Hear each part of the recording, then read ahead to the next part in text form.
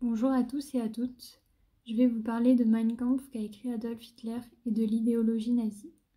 Donc pour vous mettre dans le contexte, nous sommes en 1920, le NSDAP, c'est-à-dire le parti nazi, vient d'être fondé et est dirigé par Hitler.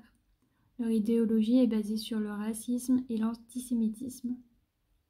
En novembre 1923, Hitler va tenter un putsch à Munich pour prendre le pouvoir par la force. Mais il échoue et va être condamné à 5 ans de prison dans la prison de Landsberg. Il y restera finalement 9 mois.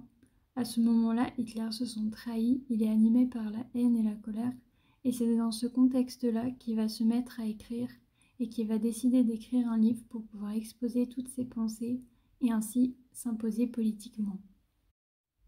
Et puis il y a aussi le fait qu'Hitler a besoin d'argent pour payer ses avocats, donc en écrivant son livre, il pourrait récupérer suffisamment de fonds pour pouvoir les payer.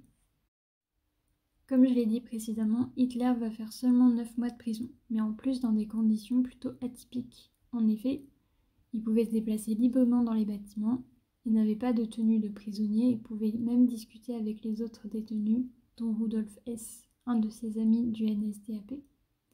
De plus, il avait accès aux journaux, pouvait recevoir la visite de journalistes et recevait des lettres de ses fans, mais aussi des cadeaux.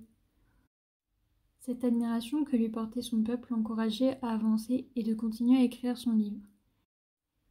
Hitler a bien écrit son livre seul, mais il a puisé certaines de ses sources grâce à son entourage, mais aussi avec ses lectures pendant son incarcération, comme par exemple L'inégalité des races humaines de Gobineau, pour écrire Mein Kampf.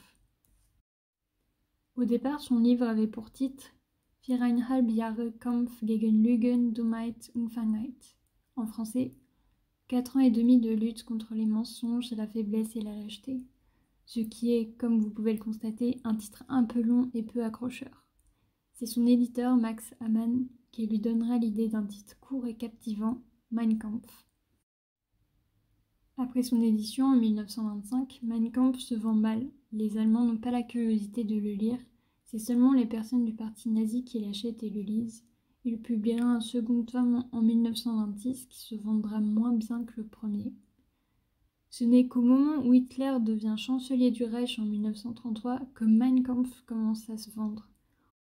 En effet, la presse nazie publiera une pub pour promouvoir Mein Kampf. Je cite « Que va faire Hitler ?» se demandent aujourd'hui des millions d'Allemands pleins d'espoir. Pour le savoir, il suffit de lire son livre. Ainsi, vous connaîtrez ses buts et sa volonté. Personne, ami ou adversaire, ne peut plus rester indifférent à ce livre. Des millions d'exemplaires sont vendus, son livre est d'un tel succès qu'il peut largement rembourser ses dettes. Mais Hitler ne s'arrête pas là, et pour renforcer sa propagande, il va même jusqu'à offrir son ouvrage pendant les cérémonies de mariage ou les distribuer pour des occasions de tout genre. Mais alors, qu'est-ce qu'Hitler raconte dans Mein Kampf ? Dans son livre, on peut y trouver son autobiographie, son programme politique, mais aussi sa théorie de la lutte des races. Tout d'abord, Hitler est persuadé que les Allemands sont la descendance de la race aryenne, une lignée pure, une race supérieure toute puissante qui doit dominer le monde. Hitler cherche donc à protéger son peuple pour garder cette pureté. Pour cela, il faut empêcher le métissage de son peuple avec d'autres qui l'amèneraient à sa perte, car les autres peuples sont inférieurs, plus bêtes et moins forts. Il souhaite donc interdire les mariages mixtes pour assurer une descendance pure et puissante. De plus, il considère les handicapés comme des rejetons non améliorables et doivent eux aussi être exterminés. Hitler veut aussi étendre son territoire pour pouvoir dominer le monde et vivre de sa propre économie et culture. Je cite « Le but de notre politique extérieure, assurer au peuple allemand le territoire qui lui revient en ce monde. Le territoire justifiera le sacrifice de nos propres enfants. » Hitler prévoit un long périple pour son peuple, sa volonté de conquérir le monde n'a plus de limites. S'il existait une autre race supérieure à celle des Aryens, Hitler préférait l'anéantir dans une lutte acharnée que de procéder à un métissage car cela reviendrait à perdre l'identité de la race initiale. Tout au long de son ouvrage, Hitler ne cessera d'exprimer sa haine et son dégoût envers les Juifs, avec des propos racistes et antisémites. Il les qualifie de nuisibles et de races inférieures qui cherchent à se métisser avec des races supérieures pour survivre. Ils sont donc dangereux. Je cite « Il est et demeure le parasite type, l'écornifleur, qui, tel un bacille nuisible, s'étend toujours plus loin. L'effet produit par sa présence est celui des plantes parasites. Là où il se fixe, le peuple qui l'accueille s'éteint au bout de plus ou moins longtemps. De plus, il est nommé responsable de la défaite de 1918. Ainsi, il exprime sa volonté de vouloir exterminer les Juifs, mais aussi d'autres races inférieures comme les Tziganes, pour protéger son peuple. Mais ce n'est pas pour autant qu'il parlait d'utiliser des chambres à gaz, car en effet, au moment où il écrivait Mein Kampf, elle venait tout juste d'être inventée aux États-Unis. Cependant, certains Allemands comprennent que ce livre est une déclaration de guerre et ne le lisent pas. Ils ne prennent pas Hitler au sérieux. La violence de son livre est telle qu'ils pensaient qu'Hitler n'allait pas rester au pouvoir avec des idées provenant d'une haine profonde. D'autres avaient peur et étaient persuadés qu'Hitler était réellement en train de préparer sa guerre. N'ayant pas accepté la défaite de 1918, Hitler répète de manière explicite de vouloir se venger de la France dans son livre. Je cite « L'ennemi mortel, l'ennemi impitoyable du peuple allemand et reste la France. » Certains Français commencent à se méfier d'Hitler et tenteront d'alerter le pays pour empêcher une nouvelle guerre.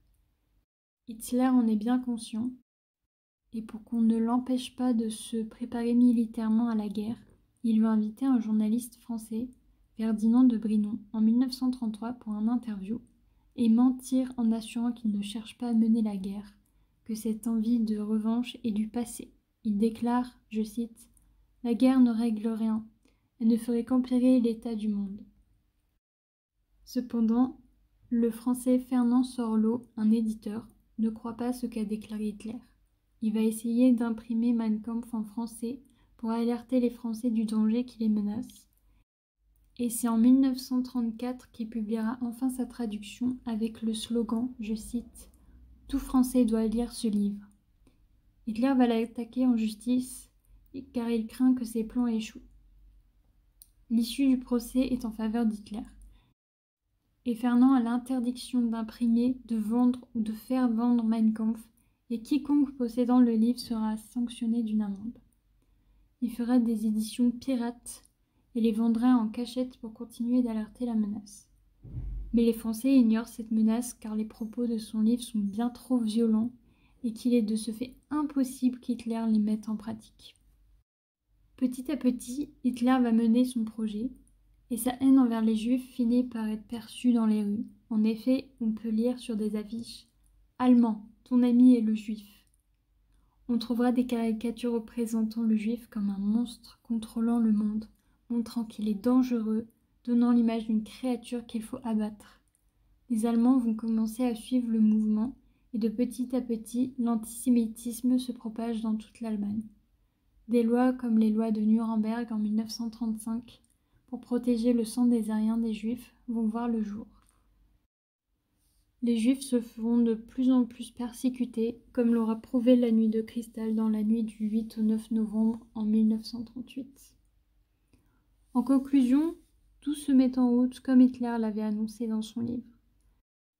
Va s'en suivre la déportation des Juifs dans des camps de concentration qui amorcera la réelle extermination des Juifs et une série d'événements qui amènera finalement à la Seconde Guerre mondiale.